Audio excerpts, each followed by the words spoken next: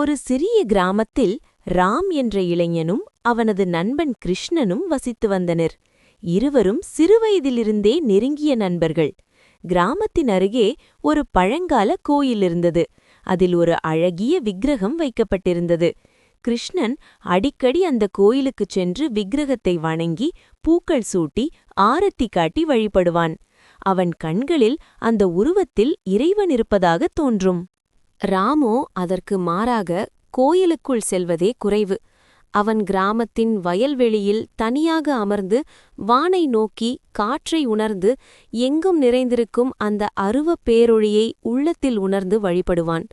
இறைவன் உருவத்தில் அடங்குபவன் அல்ல என்று அவன் நினைப்பான். ஒரு நாள் கிராமத்தில் பெரிய வெள்ளம் வந்தது. ஆறு உடைத்து வயல்கள் முழுவதும் நீர் சூழ்ந்தது.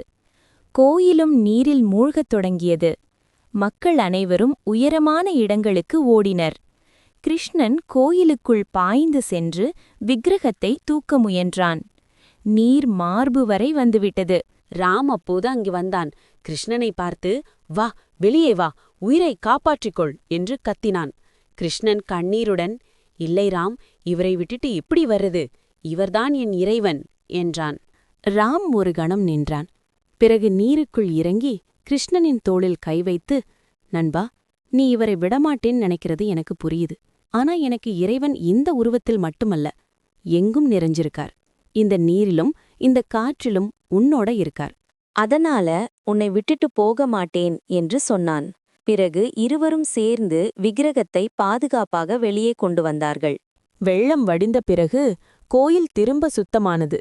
கிருஷ்ணன் விக்கிரகத்தின் முன் நின்று வழிபட்டான். ராமும் அவனருகே நின்றான். கிருஷ்ணன் சிரித்து, "ராம், நீ சொன்னது சரிதான் போலிருக்கு. நான் இந்த உருவத்தை பிடிச்சிருக்கேன்.